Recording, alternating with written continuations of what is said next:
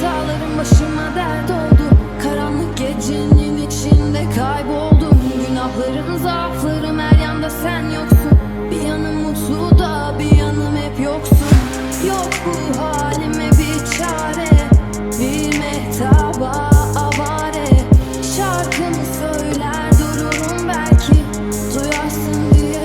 Ay ay ay, sinirliyim, saçım başım dağınık. Üzgünüm birazcık, yine aynı sensiz uyandım. Senin kokun hapis oldu tenime, bir önemi kalmadı. Ama yok yok yok yok yok, bir önemi yok yok yok yok yok.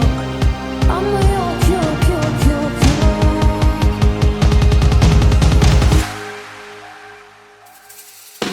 Sinirliyim, saçım başım dağınık. Üzgünüm birazcık, yine aynı sensiz uyandım. Senin kokun hapis oldu tenime, bir önemi kalmadı.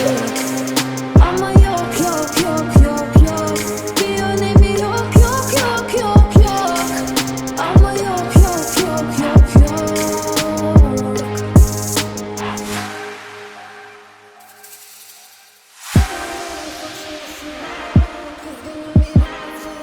Yine aynı sensiz uyandım.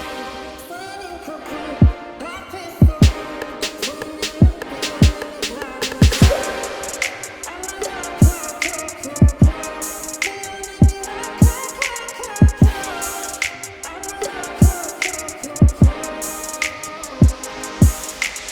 Sinirliyim, saçım başım dağınık. Üzgünüm birazcık, yine aynı sensiz uyandım. Senin kokun hapis oldu tenime, bir önemi kalmadı.